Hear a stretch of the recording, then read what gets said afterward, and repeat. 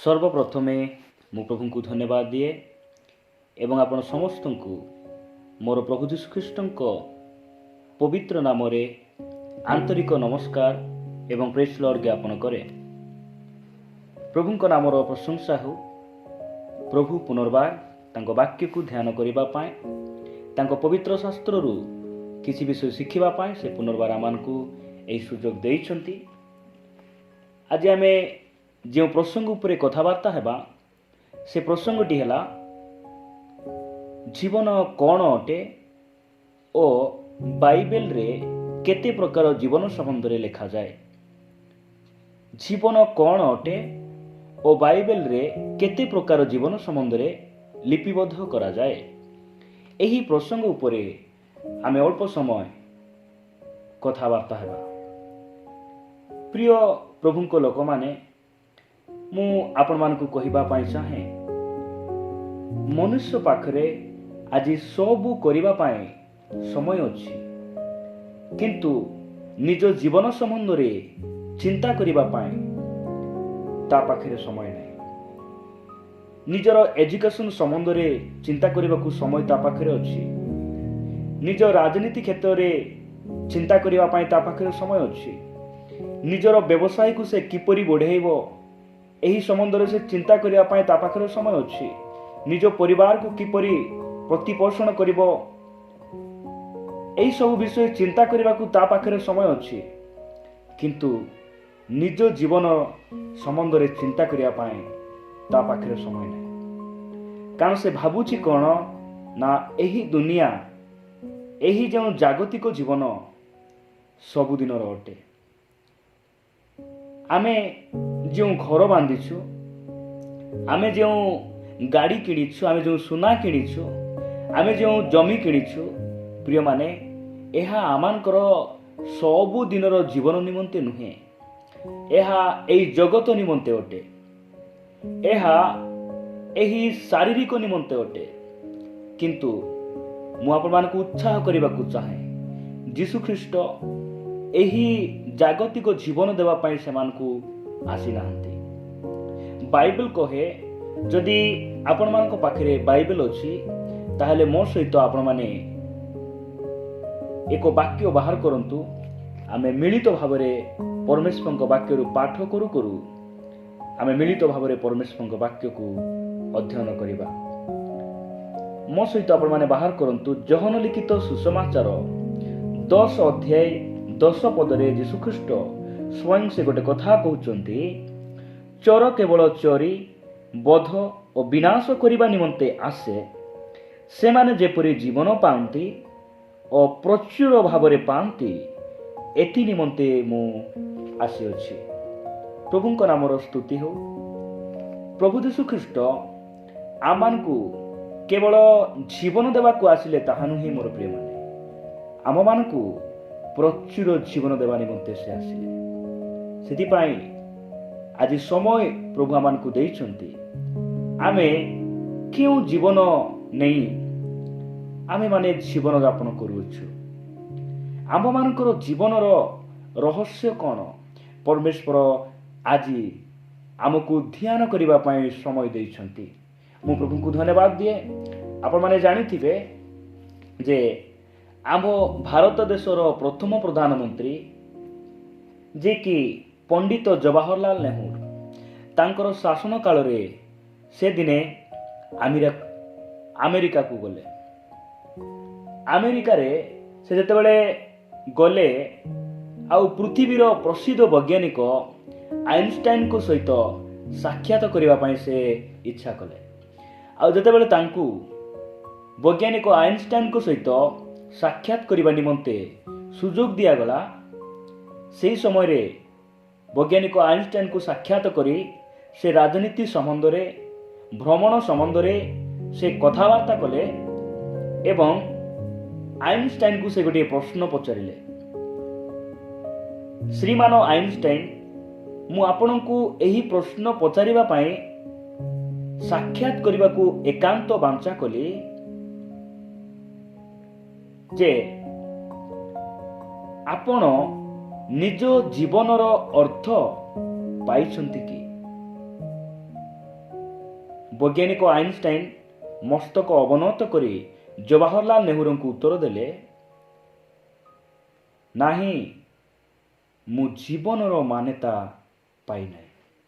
ପ୍ରିୟମାନେ, ଆମର ଜୀବନର ରହସ୍ୟ ପବିତ୍ର ବାଇବେଲ ପ୍ରକାଶ କରେ କି? ପ୍ରିୟମାନେ, ମୁଁ ଆପଣମାନଙ୍କୁ କହିବା ପାଇଁ ଚାହେଁ, ଏହି ଦୁନିଆର ପଣ୍ଡିତ, ଏହି ଦୁନିଆର ଜ୍ଞାନୀ ବୈଜ୍ଞାନିକ ମାନଙ୍କ ପାଖରେ ଯେଉଁ ଉତ୍ତର ନାହିଁ, ଆମ ପରମେଶ୍ୱରଙ୍କ ଠାରେ ସେ ଉତ୍ତର ଅଛି। ପୃଥିବୀର ସମସ୍ତ ପ୍ରଶ୍ନର ଉତ୍ତର ପ୍ରଭୁ ଆମମାନଙ୍କୁ ତାଙ୍କ ପବିତ୍ର ବାକ୍ୟରେ ଲେଖି ସେମାନଙ୍କୁ ଦେଇଛନ୍ତି। ସେଥିପାଇଁ ପ୍ରଭୁଙ୍କ ନାମର ସ୍ତୁତି ହେଉ। ଆମେମାନେ ଯେଉଁ ଜୀବନ ପାଇଛୁ, ଆମେମାନେ ଯେଉଁ ଜୀବନରେ ଏହି ଜଗତରେ ବଞ୍ଚିଛୁ, ମୋର ପ୍ରିୟମାନେ, ଏହି ଜୀବନ ଆମେ କେଉଁଠୁ ପାଇଛୁ? ଅନେକ ପରମ୍ପରା ମାନଙ୍କରେ,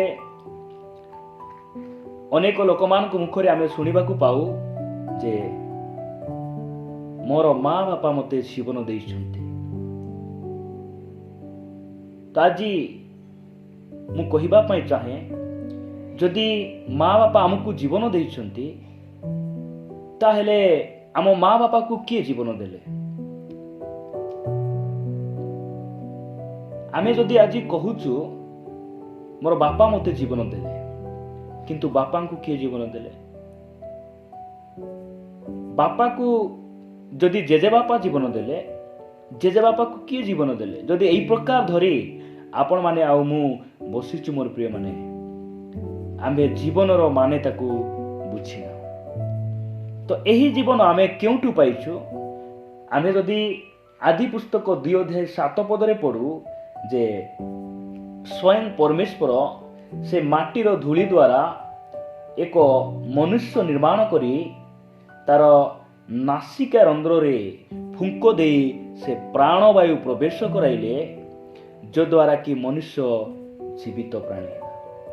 ପୁଣି ଆମେ ପ୍ରେରିତ ପୁସ୍ତକ ତାର 17:25 ଆମେ ଦେଖୁଛୁ, ସେଠି ଏ ପ୍ରକାର ଲେଖାଯାଉଛି।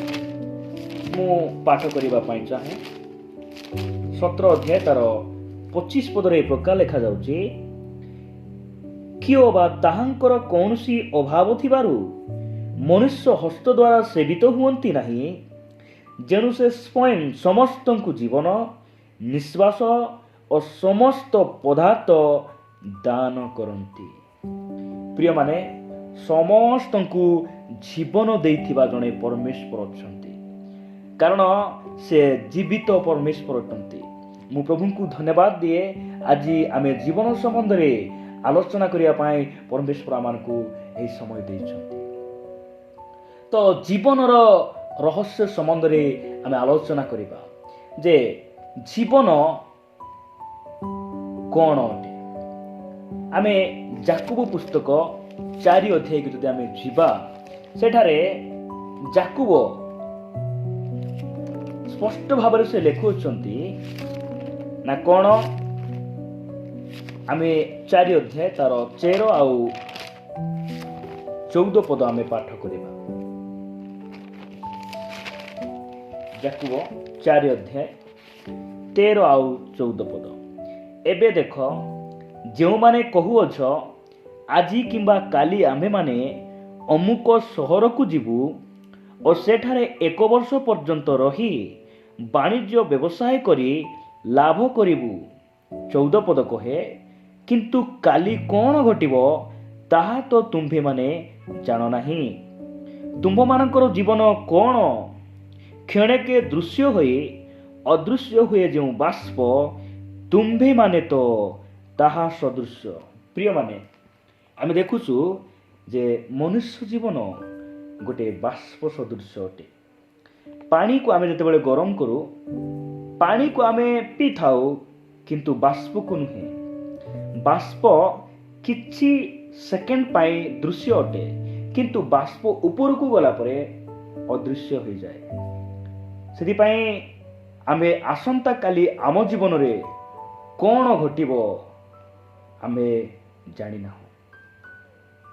ମୁଁ ପ୍ରଭୁଙ୍କୁ ଧନ୍ୟବାଦ ଦିଏ ଯେ परमेश्वर आम मानकु आज दिन मानकरे से तांको वाक्य द्वारा स्पष्ट भाव से कथा होउछंती। आम जीवन एक बाष्प सदृश अटे। आमे आज अछु, काली को एही दुनिया रे आमे नथिबा, किंतु बड़ विषय यहा बा मुख्य विषय यहा अटे जे आमे एही दुनिया को छाड़ी की गला परे, आमे एही जागतिक जीवन ठारू अलगा ही गला परे आमे चिरकाल केउटी जीवन काटिबा। यह मनुष्य पाई बहुत बड़ प्रश्न अटे। मोर प्रिय माने, प्रभु आज आमको यही प्रश्नर उत्तर से देवा पाई चाहते। अनेक लोक कहती कौन बोली से माने कहती ना मोर मृत्यु परे मु आउ थरे जन्म नेबी, मोर पुओंको परिवार रे मोर झीर उदर रे मु आउ थरे जन्म आसीबी। प्रिय माने मु कहिबा पई चाहे यह एक अंध विश्वास अटे। पवित्र बाइबल स्पष्ट भाव में आमानकु कहे जे मनुष्य निमंते थरे मृत्यु तापरे विचार सुनिश्चित अटे। मो सहित आप माने बाहर करंतु एब्री पुस्तक 9 अध्याय 27 एवं 28 पद आमे पाठ करिबा। मनुष्य थरे मृत्यु तापरे विचार सुनिश्चित अटे। 27 आ 28 पद एब्री पुस्तक 9 अध्याय 27 एवं 28 पद आमे पाठ करिबा। मनुष्य मानक निमंते जेपरि थरे मात्र मृत्यु आउ ताहा परे विचार निरूपित अछि, सेहीपरि ख्रीष्ट मध्य अनेकंक पाप बहन करिबा निमंते थरे मात्र उत्सर्गीकृत होई द्वितीय थर पाप सकाशु नुहे, बरं जेउ माने ताहांक अपेक्षा रे अछंती सेमानंक परित्राण निमंते दर्शन देबे। प्रभुंको नामर धन्यवाद हेउ। प्रिय माने, मनुष्य थरे मरे, मृत्यु परे तार विचार सुनिश्चित अटे। आउ किए विचार करिवे? यीशु ख्रीष्ट निजे से विचारकर्ता परमेश्वर अटंती। केउठारु विचार करिवे जे आम मानकु जेउ परमेश्वर एक सुंदर जीवन देले, सुंदर शरीर देले, सुंदर भविष्य दे एही जगत को पठेइचंती, एही जगत रे थिबा समय रे आमे कोन कोन सबु करि अछु, एही थुरु गोटे दिन विचार हेबो, विचार हेबो। प्रिय माने, एहिति पाए परमेश्वर आम मानकु एही सुंदर जीवन देइचंती जे एही जीवन रे थाउ थाउ तुम्भे निजर सृष्टिकर्ता को जानो, तुम्भे अनंत जीवन संबंध रे ज्ञात हुओ। तो प्रथम विषय आमे देखुचु जे जीवन गोटे बाष्प सदृश अटे। जदि आपण माने द्वितीय विषय आपण माने देखिबे जे आयुब पुस्तक 14 अध्याय 1 पद एवं गीत संगीता 103 पर्व 14 पदरु 16 पद पर्यंत बाइबल कहे जीवन एक फूल सदृश अटे। तृतीय विषय आपण माने बाइबल रु पाठ करी देखि पारिबे। उपदेशक 6 अध्याय 12 पद अनुसार जीवन छाया सदृश अटे। प्रिय माने, छाया केते समय पर्यंत रहिबो? सूर्य अस्त होला परे छायार परिचय, से छाईर परिचय आपण माने आ मु पाई परिबा नाही। जीवन छाया सदृश अटे। चतुर्थ विषय गीत संगीता 90 अध्याय 9 पद अनुसार, गीत 90 9 पद अनुसार जीवन कहानी सदृश अटे। जीवन एक कहानी सदृश अटे। पंचम विषय अर्थात शेष विषय, जीवन एक स्वप्न सदृश अटे। गीत 73:20 पद अनुसार आमे माने जो स्वप्न देखु, स्वप्न केते घंटा पर्यंत आमे देखु? स्वप्न को केते घंटा केते दिन बोली कहा जाए नहीं। स्वप्न किछि सेकेंड पाई थाए। सेही स्वप्न को आमे रिमाइंड करी हेबो, किंतु सोइला बेले सेही स्वप्न को आमे पुनर्बार फेरे आनी परिबा नहीं। सेही स्वप्न को आउ थरे आमे देखि परिबा नहीं। प्रिय माने मु प्रभु को धन्यवाद दिए जे जीवन आमे माने आज अच्छु काली नहीं। जदि आमे बंचिछु मोर प्रिय माने यह परमेश्वर को अनुग्रह अटे, यह तांको दया अटे। जेपरि आमे तांकर अनुग्रह रे जीवन यापन करू करू अनुग्रहर समय रे निज जीवन संबंध रे आमे जानू। प्रभु को नाम प्रशंसा हो। बाइबल रे केते प्रकार जीवन संबंध रे लिखा जाए मु आपण को कहिबा पा चाहे। बाइबल रे 3 प्रकार जीवन संबंध रे लिखा जाए। प्रथमटी हैला शारीरिक जीवन। आदि पुस्तक 2:7 लिखा जाए जे परमेश्वर माटीर धूली द्वारा से मनुष्य को निर्माण कले आ नासिका रंध्र रे से फुंक दे प्राणवायु प्रवेश कराइले मनुष्य जीवित प्राणी हैला। यह को कहा जाए शारीरिक जीवन। द्वितीय विषय आत्मिक जीवन बा नूतन जीवन बोली कहा जाए। यह माने पाई परिबा एफिसियो पुस्तक 2:1-5 पर्यंत आमे एही नूतन जीवन अर्थात आत्मिक जीवन को आमे देखि परिबा। प्रिय माने शारीरिक जीवन यापन करिबा निमंते यीशु ख्रीष्ट आमान को आह्वान करि नाहंती। आमे जेपरि शारीरिक जीवन यापन ठारू ख्रीष्टन को ग्रहण करी एक आत्मिक जीवन रे प्रवेश करू, एक नूतन जीवन को आमे धारण करू, एहिति पाई प्रभु यीशु ख्रीष्ट आमान को आह्वान करियछंती। से आमान को परिचय दैछंती, से आमान को मनोनीत करिछंती। एहिति पाई प्रिय माने तृतीय विषय हैला अनंत जीवन।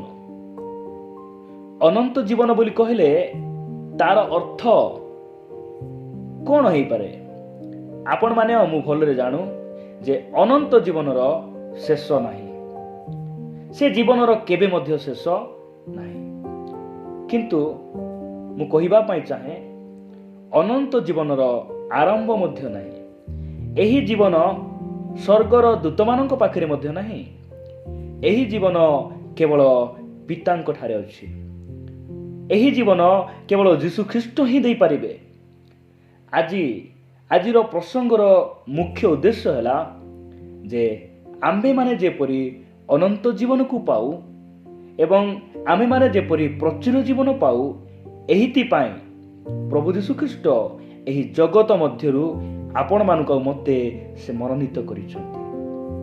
प्रिय माने एथि पाई साधु पाउल गोटे कथा से लेखंती। कौन बोली लेखंती मो सहित आपण माने बाहर करंतु। फिलिपियो पुस्तक फिलिपियो मंडली निकट को पाउलंक पत्र 1:21 कारण मो पक्षरे जीवन धारण ख्रीष्ट पुणी मृत्यु भोग लाभजनक। साधु पाउल से यही कथा लिखुचंती। मंडलीर विश्वास मानक से उत्साह करुचंती। मो निमंते जीवन धारण ख्रीष्ट अटंती। मु ख्रीष्टन को मोर जीवन रे धारण करी अछि। आज ख्रिस्टियन समाज रे ख्रीष्टन को आमे माने केउठारे धारण करिछु? आमान को मुखरे ना केउठारे शारीरिक भावरे? किंतु प्रभु आज मान को कहिबा पाई चाहंते ख्रीष्टन को से माने धारण करि पारंती जे जो माने ख्रीष्टन को निमंते बंचंती। निज जीवन रे ही ख्रीष्टन को धारण करने को पड़े, कारण यीशु ख्रीष्ट ही जीवन अटंती। से जीवन अटंती। मो सहित आपण माने बाहर करिवे तृतीय विषय जहाँ कि आमे देखिलु जे अनंत जीवन। बाइबल रे शारीरिक जीवन आत्मिक जीवन एवं अनंत जीवन सम्बन्धରେ ଲେଖାଯାଏ। ଏହି ତିନୋଟି ଜୀବନ ସମ୍ବନ୍ଧରେ ଲେଖାଯାଏ। ଯଦି ଆମେ ପ୍ରଥମ ଯୋହନ ଆମେ 5 ଅଧ୍ୟାୟକୁ ଯଦି ଆମେ ଯିବା, ସେଠାରେ ବହୁତ ସୁନ୍ଦର ଏକ ବାକ୍ୟ ଲେଖାଯାଏ। ପ୍ରଥମ ଯୋହନ 5 ଅଧ୍ୟାୟ 20 ପଦ ମୁଁ ସମସ୍ତଙ୍କ ନିମନ୍ତେ ପାଠ କରିବା ପାଇଁ ଚାହେଁ। 5 ଅଧ୍ୟାୟ ତାର 20 ପଦ। ଆହୁରି ମଧ୍ୟ ଆମ୍ଭେମାନେ ଜାଣୁ ଯେ ଈଶ୍ୱରଙ୍କ ପୁତ୍ର ଆସିଅଛନ୍ତି ଏବଂ ସତ୍ୟମଙ୍କୁ ଜାଣିବା ନିମନ୍ତେ ଆମମାନଙ୍କୁ ଜ୍ଞାନ ଦେଇଅଛନ୍ତି। ପୁଣି ଆମ୍ଭେମାନେ ସେହି ସତ୍ୟମୟଙ୍କ ଠାରେ ଅର୍ଥାତ୍ ତାହାଙ୍କ ପୁତ୍ର ଯୀଶୁଖ୍ରୀଷ୍ଟଙ୍କ ଠାରେ ଥାଉ। ସେ ସତ୍ୟ ଈଶ୍ୱର ଓ ଅନନ୍ତ ଜୀବନ ଅଟନ୍ତି। ପ୍ରଭୁଙ୍କ ନାମର ସ୍ତୁତି ହେଉ। ଯୀଶୁଖ୍ରୀଷ୍ଟ ସତ୍ୟ ଈଶ୍ୱର ଅଟନ୍ତି। ସେ ନିଜେ ଜୀବନ ଅଟନ୍ତି। ସେଥିପାଇଁ ମାର୍ଥାକୁ ସେ କହିଲେ, ମୁଁ ପୁନରୁତ୍ଥାନ ଆଉ ଜୀବନ।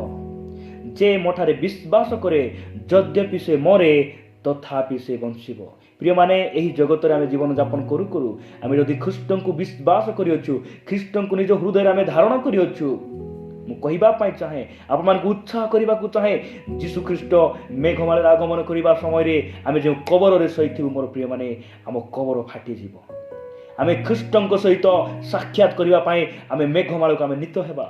ଏହା ଯୀଶୁଖ୍ରୀଷ୍ଟଙ୍କର ଅର୍ଥାତ୍ ସତ୍ୟ ପରମେଶ୍ୱରଙ୍କର ପ୍ରମିଜ ଅଟେ। ଆପଣମାନେ ଜାଣନ୍ତି କି ଥମାକୁ ପ୍ରଭୁ ଯୀଶୁଖ୍ରୀଷ୍ଟ କହିଲେ, ମୁଁ ପଥ ସତ୍ୟ ଆଉ ଜୀବନ। ମୋ ଦେଇ ନ ଗଲେ ତୁମେ ପିତାଙ୍କ ନିକଟକୁ ଯାଇପାରିବ ନାହିଁ। ଯୀଶୁ ହିଁ ପଥ, ଯୀଶୁ ହିଁ ଏକମାତ୍ର ଜୀବନ ଅଟନ୍ତି, ଯେ ଆପଣମାନଙ୍କୁ ମୋତେ ସେ ଅନନ୍ତ ଜୀବନ ଦେବା ପାଇଁ ସେ ଆହ୍ୱାନ କରିଅଛନ୍ତି। ପ୍ରିୟମାନେ, ମୁଁ ଆପଣମାନଙ୍କୁ କହିବା ପାଇଁ ଚାହେଁ, ଏହି ଅନନ୍ତ ଜୀବନ କ'ଣ ଅଟେ? ଯୋହନ ଲିଖିତ ସୁସମାଚାର 17 ଅଧ୍ୟାୟ ତାର 3 ପଦରେ ଲେଖାଯାଏ, ଏକମାତ୍ର ସତ୍ୟ ଈଶ୍ୱର ଯେ ତୁମ୍ଭକୁ ଅର୍ଥାତ୍ ତୁମ୍ଭର ପ୍ରେରିତ ଯୀଶୁଖ୍ରୀଷ୍ଟଙ୍କୁ ଜାଣିବା ଅନନ୍ତ ଜୀବନ ଅଟେ। ପ୍ରିୟମାନେ, ଆପଣମାନେ ଯୀଶୁଙ୍କ ବିଷୟରେ ଜାଣିଛନ୍ତି ନା ଯୀଶୁଙ୍କୁ ଜାଣିଛନ୍ତି? ଆଜି ସମୟ ଆସିଛି ମୋର ପ୍ରିୟମାନେ, ଆମେ ଯୀଶୁଙ୍କୁ ଜାଣିବାର ସମୟ। କାରଣ ଯୀଶୁ ହିଁ ଜୀବନ ଅଟନ୍ତି। ଆଉ ଏହି ଜୀବନର ରହସ୍ୟ ସମ୍ବନ୍ଧରେ ସେମାନଙ୍କୁ କହିବା ପାଇଁ ଚାହାନ୍ତି। ଏହି ଜଗତରେ ଆମେ ଯେଉଁ ଶାରୀରିକ ଜୀବନଯାପନ କରୁ କରୁ ଆମେ ଯେପରି ତାଙ୍କଠାରେ ପରିବର୍ତ୍ତିତ ହୋଇ ଆମେ ତାଙ୍କର ଅନନ୍ତ ଜୀବନର ଅଂଶୀ ହେଉ। ଯଦି ଆମେ ମରିଗଲେ ମଧ୍ୟ ଆମେ ଜୀବିତ ହେବା, କାରଣ ଆମର ପ୍ରଭୁ ଜୀବିତ ପ୍ରଭୁ ଅଟନ୍ତି। ପ୍ରଭୁ ଏହି ବାକ୍ୟ ଦେଇ, ଏହି ଛୋଟ ସନ୍ଦେଶ ଦ୍ୱାରା, ଏହି ଛୋଟ ପ୍ରସଙ୍ଗ ଦ୍ୱାରା ଆମ ପ୍ରତ୍ୟେକଙ୍କୁ ପ୍ରଚୁର ଭାବରେ ଆଶୀର୍ବାଦ କରନ୍ତୁ। ଆମେନ୍।